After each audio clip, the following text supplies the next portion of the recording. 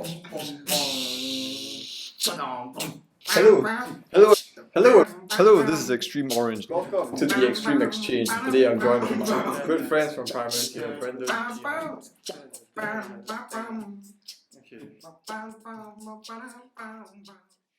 Hello and welcome to yet another episode of the Extreme Exchange.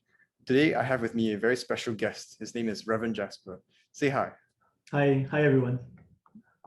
So, Reverend Jasper is currently a pastor at Telok Ayer Chinese Methodist Church, which is also the church that I currently attend. He was ordained as a deacon of the Methodist Church in Singapore in 2020, just last year, and obtained the Master of Divinity in Trinity Theological College. I'm pleased to have you on. Thank you. Thanks, Ben. I guess on the note of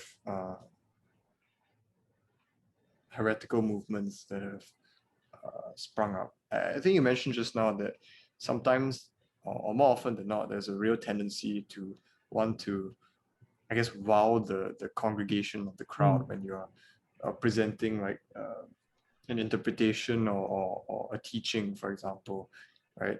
And in some sense, there is I believe that this is the heart of why people could end up making false teachings. In some sense, it's a bit to try and catch the attention of people. Like the prosperity gospel, for example, it's glamorous and it's very enticing and attractive, right? So, and when you stand up there and you proclaim that, God is going to give you infinite money and wealth and success in your job and whatnot, then people want to listen to you, right? So, but I think that's one of the more obvious examples. I think now there has been, I'd say that because of how secular our environment is getting, with more and more people identifying as like atheists. I remember there was the most recent what's it called? The census, right? I think that's what it's called. Yeah, the population census. The population in Singapore had an increased number of people that identified as atheists, right? That's right. So with the increasing secular environment, there's also an increased emphasis on culture. And then I find that what happens is in a bid to try and reach people in the secular environment, the gospel kind of gets warped a bit, where people try and downplay the severity of sin, for example, right. To reach people. Because right now, people are very sensitive about like condemnation. Like the moment you mention hell, for example, everybody's like, "Oh, are you trying to say that I'm going to hell or whatnot?" And then they shut you out. And then as a result, I think that the common response that people have is to not mention it at all. Like, so I guess my concern is there or should there be a more palatable version of the gospel? Yeah, and so that's why I asked like what kind of things we can compromise on, what we can't, because then that determines how much we can take away maybe in our efforts to try and reach more people. So in your opinion, do you think that a more palatable version of the gospel should be crafted, for example? A more palatable version of the gospel. It's a pretty big question, so yeah. But it's an important question. I think, as a pastor, I should be thinking of these things, right? Thanks for asking. Okay, my short answer is yes, right? But having said yes, let me qualify it. In what ways should the gospel be palatable, right? Because we have to be honest about what we read in Scripture. It tells us that the way of Jesus Christ, when we live it out in the fullness of his cross-shaped glory will be a stumbling block, right? Correct. For Jews and Gentiles alike, and for the philosophers, for the intellectuals, for the people who are just very well tuned with the ins and outs of this world, right? And so the gospel being a stumbling block will always appear stupid and will always offend. Okay, so to that end, we can only make an offensive countercultural or the truly cultural gospel, because everything else is counter the true culture, right? We can only make that palatable to the extent that silliness can be palatable. Right. All right.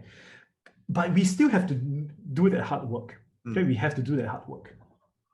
So we must remember that God didn't just give salvation as a gift to the church, right? He's giving salvation to the whole world as a gift through the church, right? So that is our mission. That is the reason why he called and elected a special people, so that his salvation can go through election to the rest of the people.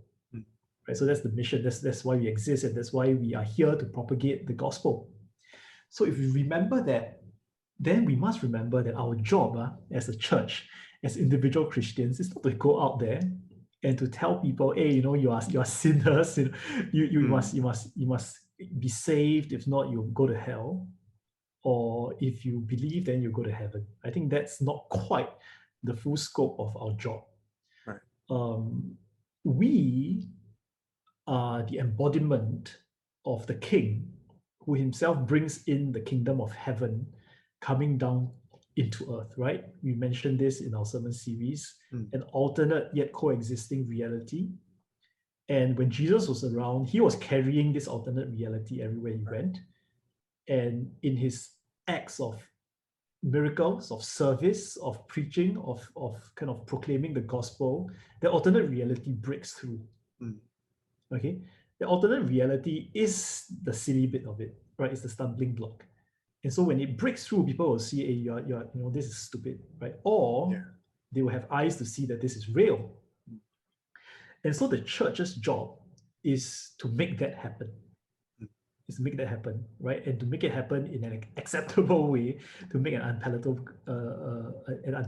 gospel acceptable.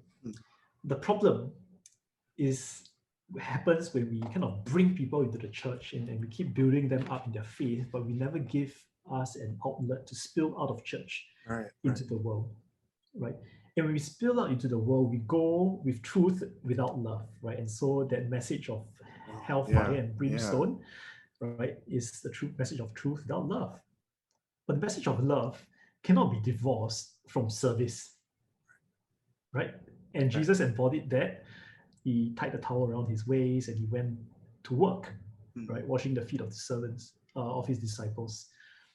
And so I think that's the problem with the church's presentation of the gospel. The churches that can draw people in and to present them with an easy gospel are the ones that grow easily, right? Whereas the churches that are constantly out there in loving service may not be the ones attracting people, right? But if we want to stay true to the shape of the gospel, we are out there, we are serving, and it becomes palatable to the people who really are in need and have been sensitized by the Spirit to the gospel, because they are the ones who receive the service from true Christians who are willing to serve them.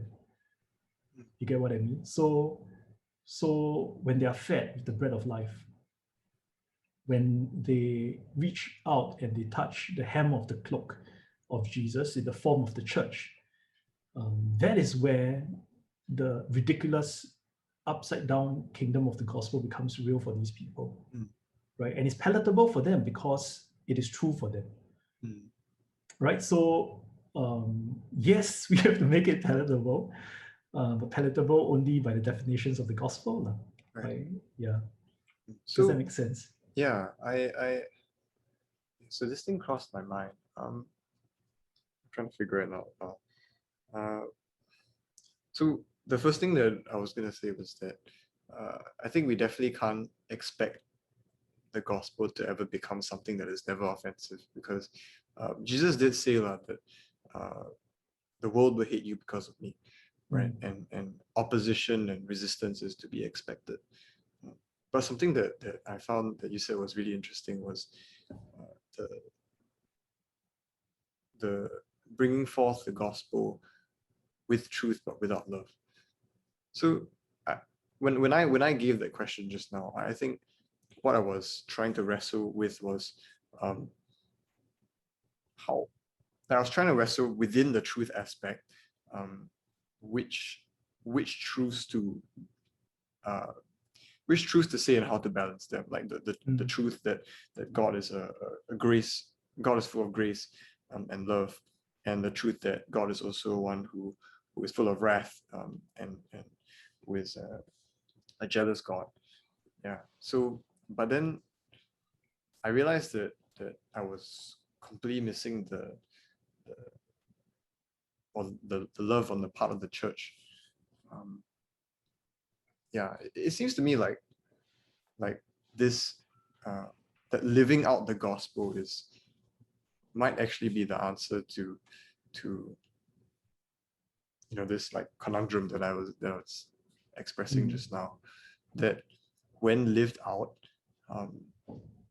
people see the fruits of living out this confusing and difficult to swallow gospel, and that is what really brings people to Christ and accepting the gospel. Because I mean, we model our ministry after Jesus, right? And Jesus didn't just stand up on a pedestal and speak truth all the time. He went down to go and wash the feet of people and to help the poor. And so I hope you enjoyed the episode of the Extreme Exchange. I certainly learned a lot from it. I hope to see you in the next episode. Stay tuned. Bye-bye. Bye.